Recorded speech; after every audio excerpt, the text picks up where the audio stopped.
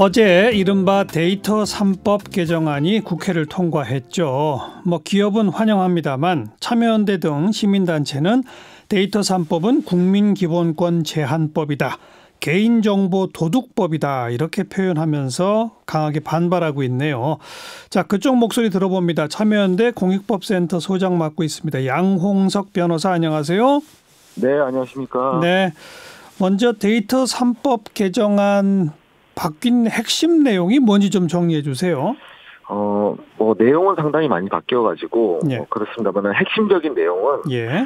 지금 현재는 그 개인정보 활용이 제한돼 있는데, 예. 그 활용 방법을 좀 더 원활하게 하기 위해서 가명정보라는 것을 도입을 하고요. 예. 그 가명정보가 된 경우에는 정보 주체의 동의 없이 예. 이걸 결합하거나 활용하거나 아니면은 다른 데 제3자에게 제공하는 것이 좀 더 자유로워지는 형태로 바뀌는 겁니다. 가명 정보가 뭐예요, 그러면? 가명 정보라고 하면 예를 들어서 이름을 예. 양홍석을 A로 바꾸고요. 예. 예를 들어 주민등록번호가 예를 들어 제가 78년생인데 예. 78년생을 70년생으로 이렇게 하고 그다음에 예를 들어 서울에 거주한다라고 하면은 서울 거주. 네. 이렇게 바꾸는 거죠. 그래서 이걸 가명화의 방법은 여러 가지가 있는데요. 그래서 70년생 서울에 사는 누구 이렇게 해서 범주화하는 형태로 해서 가명 정보를 만든 거죠. 아니 그러니까 78년생 양홍석 변호사 그러면 누가 봐도 딱 알잖아요. 네네. 근데 서울 사는 70년생 김모 변호사 이러면 모른다는 거죠. 이제 가명 정보를 할 때는 김모까지도 안 쓰고요. 그냥 이름도 없이 하신다고 보면 됩니다. 그래요? 네. 그래서 이게 통상은 그래서 누구의 정보인지는 알 수 없죠. 그렇죠. 그런데 이 정보들이 예를 들어서 70년대생인 서울 사는 변호사인 남자가 또 있을 거 아닙니까? 그렇죠. 거기서 이 사람이 예를 들어서 그 경남에서 고등학교를 나왔고 그다음에 서초동에 사무실이 있고 이렇게 여러 가지 정보들이 이제 범주화된 정보들이지만 여러 가지 정보들이 결합되게 되면 결국에는 제가 특정이 될 수도 있죠.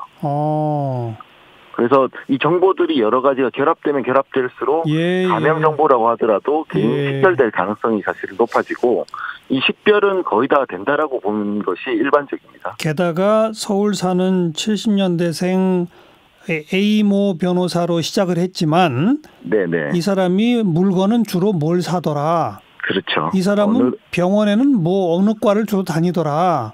그렇죠. 이것까지 되면 그냥 바로 잡아내는군요. 예, 그렇죠. 이게 그래서 정보가 양이 적으면은 가명 상태가 유지될 수 있지만 통상 한 10개의 정보만 사실 결합이 되면은 이게 조합이 그렇게 많이 나오지는 않거든요. 그러니까 특정이 될 수 있다는 것이 이제 문제가 되고 그래서 이제 가명 정보의 경우에도 지금 개정법에서도 활용을 좀 더 자유롭게는 할 수 있습니다만은 일부 제한하는 형태로 정부에서는 만들었다라고 주장하고 계시죠. 그런데 기업체나 이런 데서는 이런 가명 정보와 같은 방식을 도입하자고 하는 이유가 뭐예요? 기존의 익명 정보, 아예 누군지 모르는 익명 정보 갖고는 안 되는 뭘 할 수 있다는 겁니까? 가명 정보의 경우에는 예를 들어서 나이나 지역이나 아니면 소비 패턴이나 이런 것들을 확인을 할 수 있는데 익명 정보는 그게 아예 안 되거든요. 예를 들어서 익명 정보를 하게 되면은 저를 만약에 익명으로 한다라고 하면은 예를 들어 40대 서울 거주 이런 정도가 되면 익명이 되는 거죠.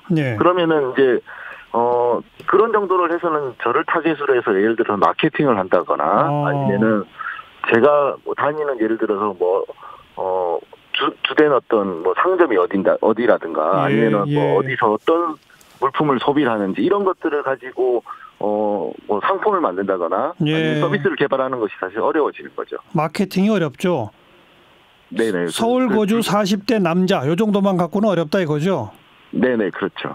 그런데 직업이나 조금 더 몇 가지 정보가 투과될수록 마케팅에도 활용할 수 있다. 네, 그렇죠.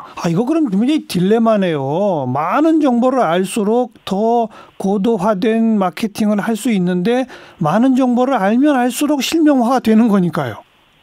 그렇죠. 그래서 이제 시민사회단체에서는 가명 정보의 활용 자체를 부정하는 것은 아니고요. 예. 그런데 이게 재식별이 될 수 있고 개인이 특정될 수 있기 때문에 민감한 정보를 가명 정보에다 계속 결합하는 형태가 되면은 이건 조금 너무 개인의 인권 침해가 심해질 수 있으니 그것들을 활용하는 것들을 제한해야 되고 충분한 통제 장치를 만들어야 된다는 것이 주장입니다. 그런데 그런 통제 장치가 없이 법이 통과됐습니다. 이번 통과된 데는 그런 제한 장치나 통제 기구 이런 게 없나요?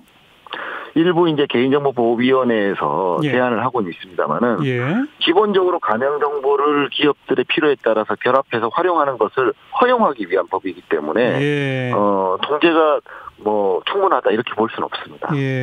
만약 이 다른 정보들을 가명 정보에다가 몇 가지 정보를 더 결합해서 잘못 이용하게 되면 벌칙 조항 같은 것들도 있는 것 같던데요.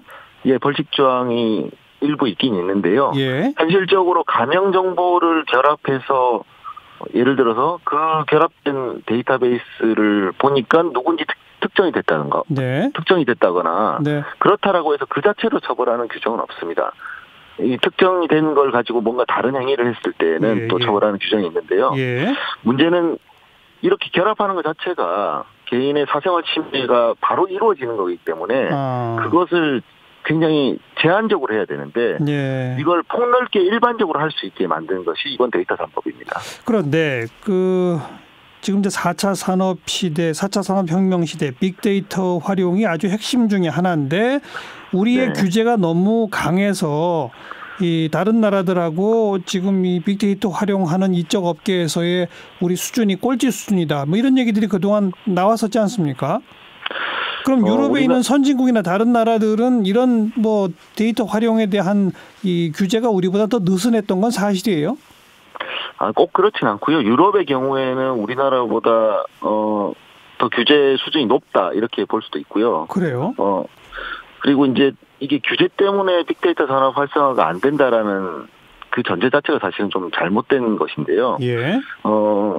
이제 빅데이터 활용을 지금 원활하게 하고 있는, 그러니까 산업이 활성화된 나라는 이제 대표적으로 이제 미국 같은 나라들이 있을 수 있는데, 그것은, 구글이나 뭐 이런 페이스북이나 이런 아마존이나 이런 업체들이 미국에 이제 그 기반을 둔 회사들 아닙니까? 그렇죠. 그러니까 자연스럽게 그런 IT 분야에 미국이 강대국이기 때문에 그 산업 자체가 발달을 한 것이고요. 그리고 빅데이터를 활용하려면 기본적으로 데이터가 있어야 되는데 그 데이터가 알파벳으로 만들어진 데이터에 좀 더 미국이 더 친화적으로 접근할 수 있는 거죠. 그렇기 때문에 이제 미국의 빅데이터 산업이 활성화되어 있는 것인데 우리가 빅데이터 산업이 활성화되지 않은 것이 규제 때문이다 이렇게 사실은 볼 수는 없고요. 관련 전문가의 숫자가 사실은 적고 투자가 사실은 적기 때문에 산업적인 조금 활성화가 좀 부족한 것이지 규제 때문이다라고 보기는 어렵다고 생각합니다. 그러니까 기본적으로 일단 미국이 인구도 우리보다 훨씬 많고 구글 시장도 크죠. 시장도 크고 구글, 페이스북, 아마존 같은 회사의 가입자 숫자도 우리랑 비교가 안 되니까 데이터 자체의 크기가 거기가 워낙 크군요. 그렇죠. 데이터의 절대적인 양이 크고요. 그리고 전체 시장에서 생각을 해보시면은 한국의 빅데이터 업체들은 한글을 쓰는 사람들 숫자보다 알파벳을 쓰는 사람이 전 세계적으로 더 많으니까. 그렇죠. 알겠습니다. 알파벳을 처리하는 기술이나 산업이 더 먼저 발달되는 것이죠. 그러면 이게 규제 때문에 빅데이터 산업이 발전 못했다는 건 잘못된 말이다. 그래서 이번에 법 개정에서 가명정보 활용까지도 동의할 수 있다. 다만 제한 통제 장치를 좀 더 강화하자 이 말이군요. 네, 기본은 그렇고요. 그리고 정보 주체가 원하는 경우에는 내 정보를 가명 처리하는 것을 동의하지 않을 수 있어야 되는데 그 동의권 자체가 지금 박탈돼 있습니다. 그래서 기업이 제가 원하지 않더라도 제 정보를 마음대로 가명 정보로 바꾼 다음에 활용할 수 있는 그런 상태가 되는 것이죠. 그 어떤 제한 장치나 통제 장치를 둘지는 상당히 전문적 영역인 것 같아서 제가 구체적으로 안 여쭤보는 건데 최소한 아무튼 고객이 내가 동의하지 않으면 내 정보는 가명 정보 하지 말아라 할 권리까지는 보장해야 한다. 이 말씀으로 마무리 듣겠습니다. 네, 그렇습니다. 고맙습니다. 네, 고맙습니다. 참여연대 공익법센터 소장 양홍석 변호사였습니다.